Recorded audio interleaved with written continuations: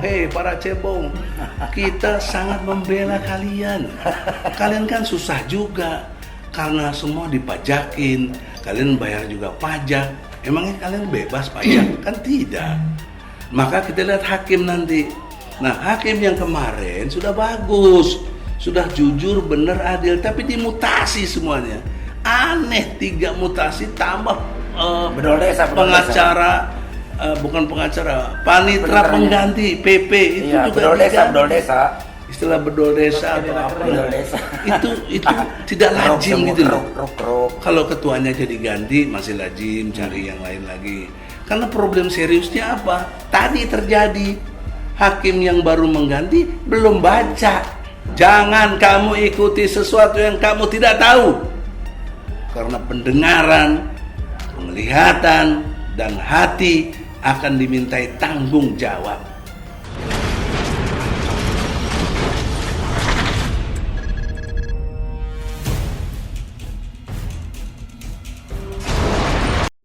Ya, bismillahirrahmanirrahim. Assalamualaikum warahmatullahi wabarakatuh. Waalaikumsalam warahmatullahi wabarakatuh. Sampai bertemu lagi di ESM Channel yang cerdas, berani, militan. CBM.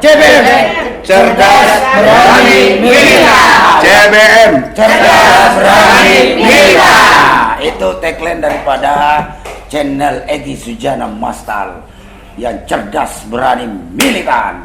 Jadi saudara-saudara sekalian, hari ini kita berkumpul di sini. Kebetulan kita kedatangan sahabat-sahabat nih, lagi habis sidang gugat Presiden Jokowi yang punya problem dengan Jokowi, berkumpul di sini ternyata.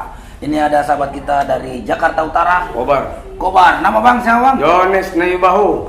Jones Naibahu dari Kobar. Ini sahabat kita nih. Ini udah tidak asing lagi nih, bapak satu ini. Saya Mas Paijo. Mas Paijo luar biasa, ya kan? Yang ini kalau malam itu Pemuda Utara. Ini kawan saya prinsipal Arif Ihsan dari Makassar.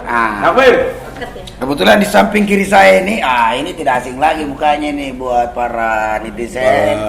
Ibu Elida Neti dari Riau, ya kan?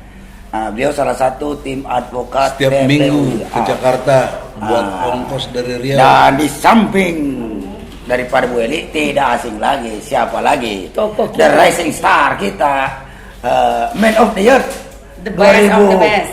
2021 from Indonesia, Mr. Egy Sujana Mastal. Ketua Umum Tim Pembela Ulama dan Aktivis. Masya Allah. Yang tadi marah-marah di pengadilan, biasa dia mah. Kalau urusan marah-marah serahkan ke beliau aja. Nah, ini di samping Bang Egy ini aktivis emak-emak. Juga tidak asing juga. Namanya Ibu Wati. Beliau adalah Ketua Umum Emak-emak Aspirasi. Yang cerdas, berani, militan juga, gitu kan. Sering undang pengajian, tapi akhir-akhir ini kita nggak pernah diundang lagi Bang Egy ya. Iya kan, dia udah berapa bulan. Tetap CBM. Iya, dia tetap CBM walaupun kita belum diundang-undang lagi ya. Dan di sampingnya itu adalah salah satu pengurus aspirasi Ibu Ratna. Ini banyak sekali nih Ratna ini kita kenal ini, ada Ratna sana, Ratna sini, Ratna aspirasi. Nah ini ini wakil ketua Mama 212 ini, yang ini Ibu siapa? Ibu Ani. Tolong dong perkenalkan dong Mas Arif. Siapa namanya? Hanianti. Hanianti. Mama militan 212. Dan tidak asing juga ini rekan kita di pengurus TPUA, beliau adalah Bu Yanti, ya kan? Say hello dulu dong. Halo pemirsa. Assalamualaikum warahmatullahi wabarakatuh. Nah, kian tadi juga ada beberapa lagi, banyak lagi nih teman-teman aktivis, ada dari Kembang Latar, ada dari Madinah Channel, ada dari Mapura, ada dari pokoknya banyak yang kumpul di sini karena kalau muat di sini nanti nggak cukup dan tontonan kita jadi garing nantinya. Jadi hari ini kita bahas, setelah kita tadi bahas di apalagi ini di dalam persidangan tadi, di mana Ketua Umum TPUA sedikit keberatan tentang apalagi ini Margo mau di situ dah. terkait dengan persoalan pergantian hakim. Nah, ke depan ini karena sudah masuk pokok perkara, sudah mulai nih memasuki pokok perkara sambil menunggu hakim-hakim para majelis hakim pengganti, ya kan kayak pemain bola aja hakim diganti-ganti, ya kan. Nah, itu kan. Nah, jadi itu perlu mereka pelajari lagi, pemahami. Nah, di sisi lain Tendangan penalti enggak, Pak? apa?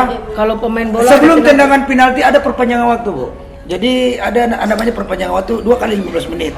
itu Jadi biasanya offset atau biasanya ada pelanggaran. offside, ada pelanggaran, tapi bisa juga menciptakan gol di injury time. Alimado, selamat datang. Ini kita kedatangan sahabat kita, aktivis senior juga dari Jakarta Utara.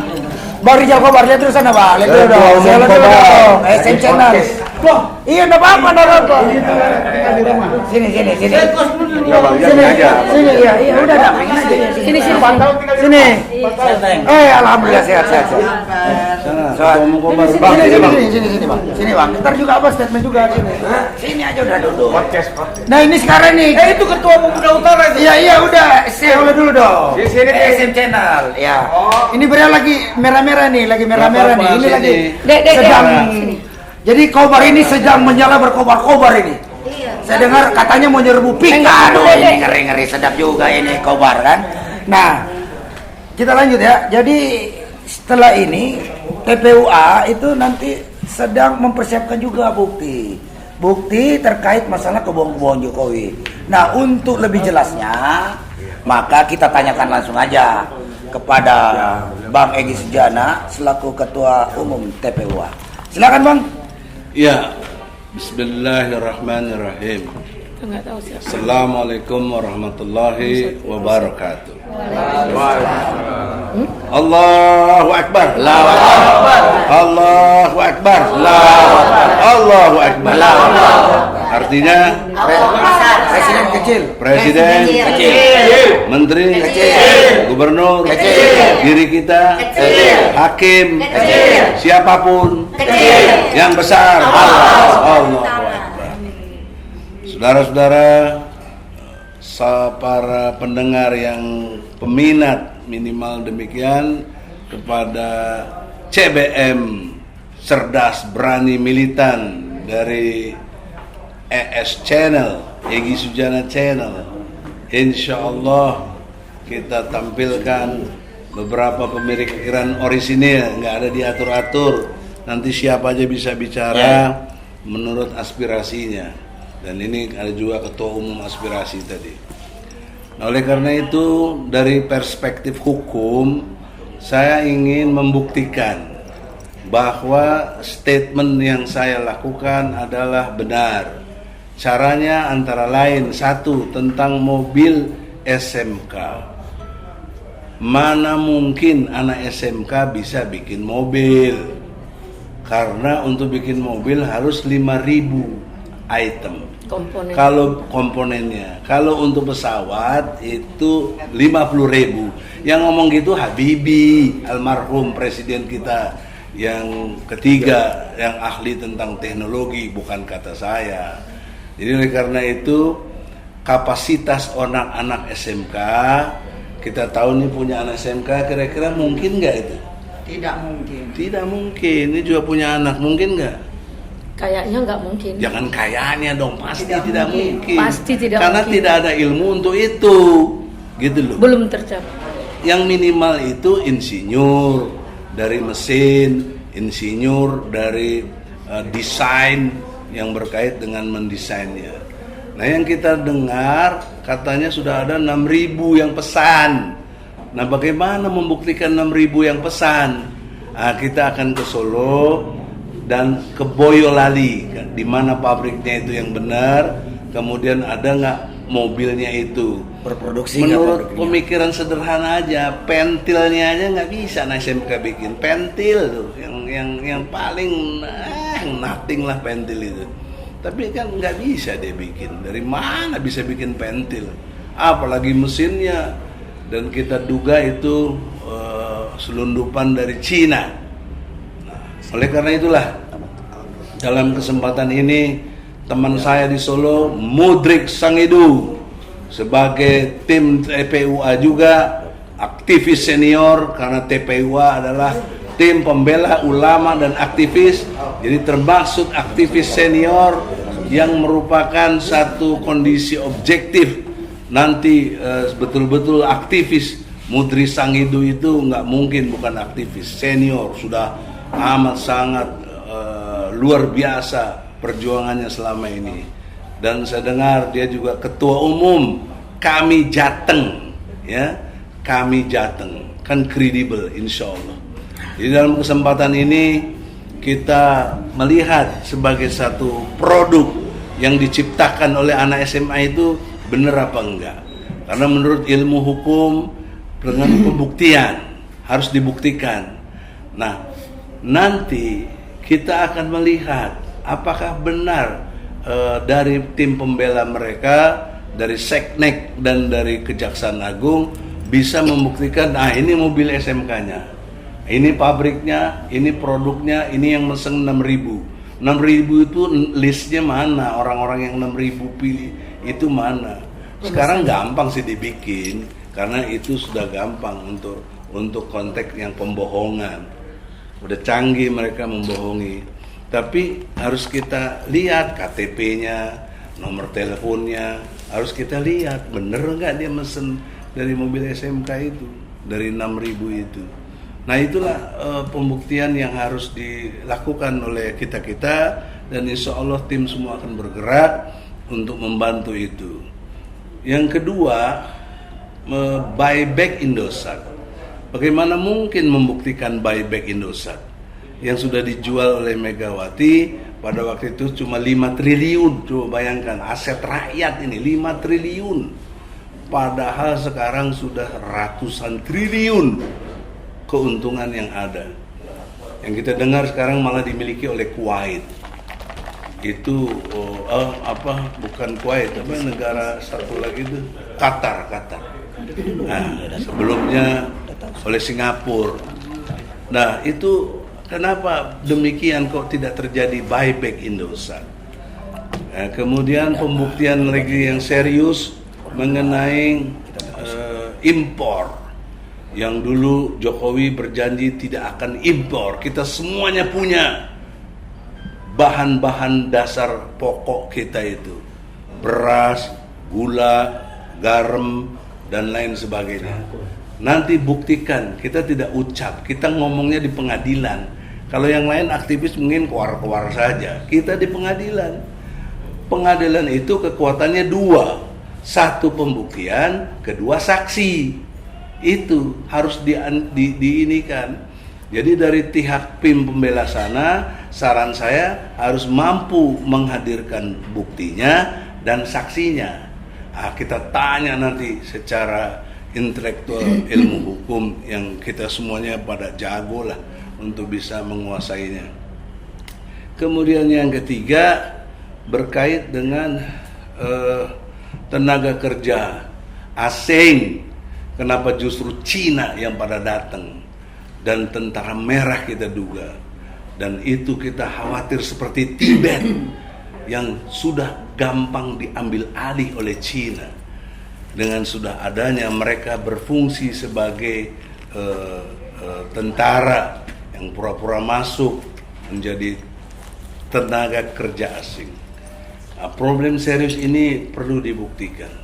Perlu serius semuanya bekerja, dan rakyat tolong membantu, karena yang kita bela ini semua rakyat, termasuk para cebong. Hei para cebong, kita sangat membela kalian. Kalian kan susah juga, karena semua dipajakin, kalian bayar juga pajak. Emangnya kalian bebas pajak? Kan tidak. Atau apa, ada kemudahan apa yang kalian dapat? Kok tetap mendukung? Nah kalau dibelah rakyat ini, waktu pendukung Prabowo itu 68 juta, Jokowi 75-an juta. Berarti ada 68 juta orang tidak setuju, dan sisanya juga belum tentu juga setuju yang tidak ikut pilpres. Oleh karena itu pasti jauh lebih banyak yang tidak setuju. Karena cuma permainan di KPU yang kita tahu, yang saya pernah datang ke KPU, pernah datang ke Bawaslu, di-ignore, dinafikan, tidak dianggap, putusannya selalu dianggap mereka yang benar. Nah, itulah satu problem sosial bangsa Indonesia. Jadi banyak lagi, ada 66, saya kasih yang serius saja, yang merupakan kepentingan seluruh rakyat Indonesia. Nah, oleh karena itulah dalam perspektif hukum, kita ini tidak main-main, tidak cuma cari panggung, tidak, kita ini betul-betul untuk rakyat. Maka dalam posita dan petitum kitanya itu, jika Jokowi menyadari kekeliruannya, sudi kiranya Jokowi tobat, ya, nyatakan tobat, minta ampun kepada Allah, nyatakan depan rakyat, tentunya di DPR sebagai satu wadah yang resmi yang kita miliki, dan menyatakan mengganti semua kebijakan-kebijakan yang gak benar itu, ya, termasuk Omnibus Law yang menurut informasi dari salah satu pimpinan Serikat Buruh tidak ada ikut serta di dalam konteks Omnibus Law itu. Jadi ini adalah penipuan konstitusi, penyelundupan undang-undang, sangat menyedihkan bangsa kita. Kemudian disahkannya pun malam-malam, kabinetnya pun disahkan jam 1 malam, seperti ada kebelet gitu loh, nggak bisa ditahan. Kayak jurik aja. Ya, itu jahat sekali. Ya, jadi kabinet uka-uka itu. Nah, oleh karena itulah saudara-saudara, dalam perspektif hukum, kita tidak main-main, kita serius, kita ingin untuk baiknya buat rakyat, ya, yang untuk kepentingan rakyat semua. Oleh karena itulah yang penting dalam sekarang proses pembuktian. Kita lihat minggu depan ada sidang lagi, insya Allah Senin mulai jam 10 katanya, ya, insya Allah ada pembuktian untuk itu. Tolong dari pihak Kejaksaan Agung sebagai pengacara negara dan Seknek juga yang diminta bantu oleh Jokowi, ya, tapi tidak ada tanda tangan basahnya. Beda dengan DPR, saya masih hormat dengan DPR. Ibu Puan Maharani tanda tangan basah, mau menandatangani surat kuasa. Yang wakil ketuanya kita minta juga, karena kita gugat juga wakil ketua, tapi tidak ada yang tanda tangan wakil ketua. Karena kita berharap kalau mereka tidak tanda tangan, nanti mereka beralasan saya tidak ikut, saya tidak tahu. Itu satu konteks yang secara ilmu hukum kita butuhkan. Tapi akhirnya tetap tidak mau tanda tangan, apa adanya seperti itu, dan terus berulang-ulang susah. Kalau DPR yang kita persoalkan adalah disfungsional. Harusnya dia punya fungsi 3. 1, mengawasi jalannya pemerintahan. 2, membuat undang-undang atau legislasi. 3, budgeting, mengatur anggaran. Nah, dalam pengawasan pada pemerintah, mana diawasi yang semua tadi saya sebut? Ini semua kepentingan rakyat. Apa pernah DPR berani manggil Jokowi? Sejak 2014, enggak pernah DPR berani manggil Jokowi. Enggak pernah. Demi Allah, demi Rasul, kalau saya bohong, semua orang juga tahu. Nah, sekarang persoalan seriusnya, kan statement saya benar. Kenapa DPR disfungsional? Kita cuma minta depositumnya untuk DPR fungsional. Nah, kalau DPR fungsional, Jokowi dianggap melanggar hukum, tinggal MK menyatakan benar Jokowi melanggar hukum, kemudian sidang istimewa, terjadilah proses pergantian presiden. Itu konstitusional. Kita bukan ingin tidak konstitusional, ingin konstitusional. Makanya kita minta Jokowi sadarlah, minta ampun kepada Allah, minta maaf kepada seluruh rakyat, untuk supaya bisa menjalani pemerintahannya yang kurang lebih 3 tahun lagi ke depan menjadi aman. menjadi tidak ada yang ganggu gugat, karena kami pasti mendukung ya untuk pemerintahan yang jujur, benar dan adil. Osjubedil ya, objektif, sistematis, toleran, jujur, benar, adil. Itu teori yang baku yang semua orang juga harusnya demikian cara berpikirnya.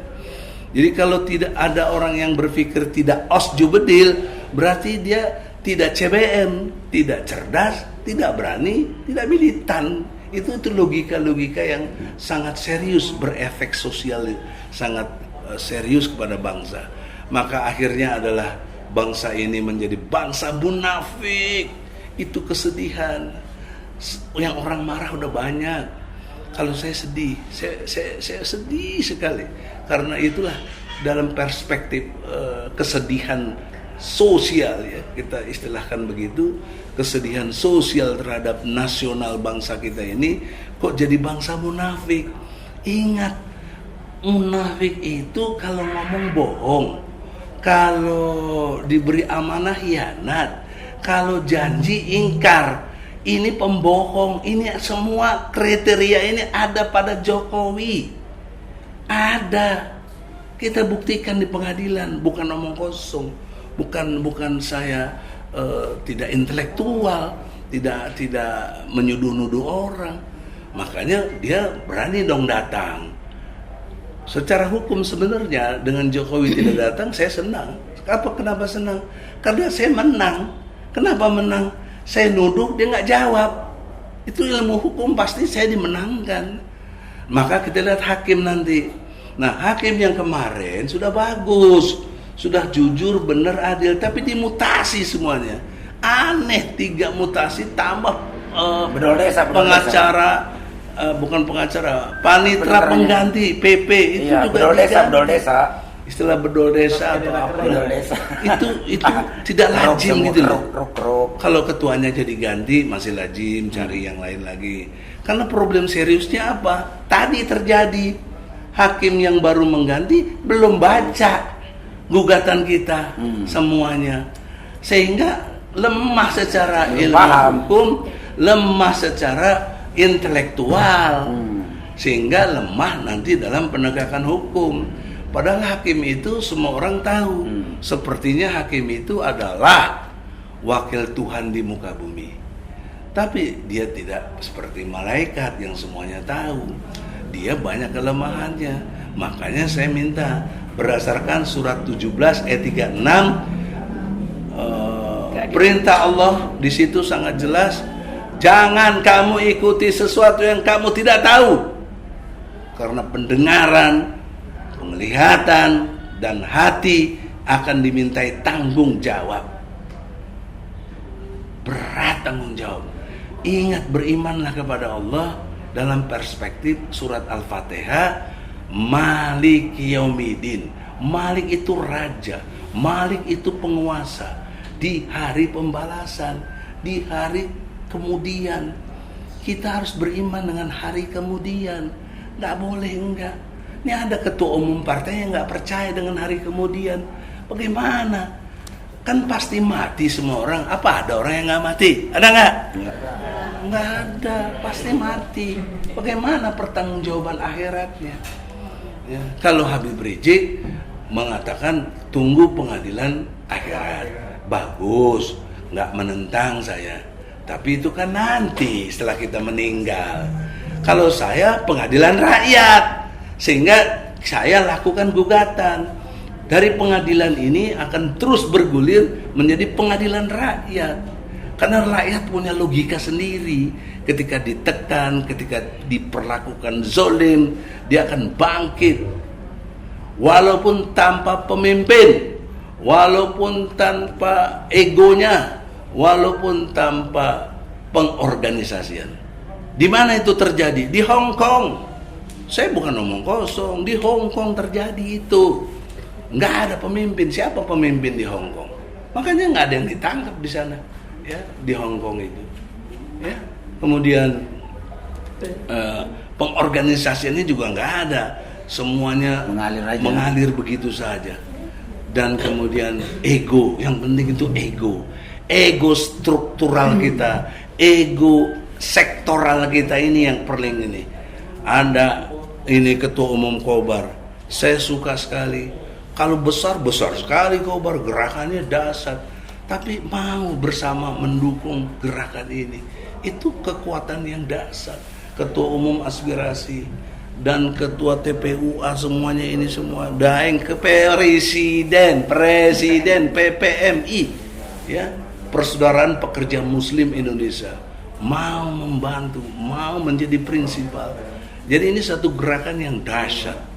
Kalau rakyat cara berpikirnya osjubedil, insya Allah akan terjadi pengadilan rakyat. Saya seperti apa? Insya Allah. Nah, untuk itulah dalam kesempatan ini silakan aspirasi teman-teman yang perlu disampaikan, apa yang substansi. Ada yang ngomong sebagai, atau saya tentu sebagai advokat ini ya karena baru sidang tadi ya. Sebagai advokat saya minta Ibu Eli ngomong dulu. Silakan.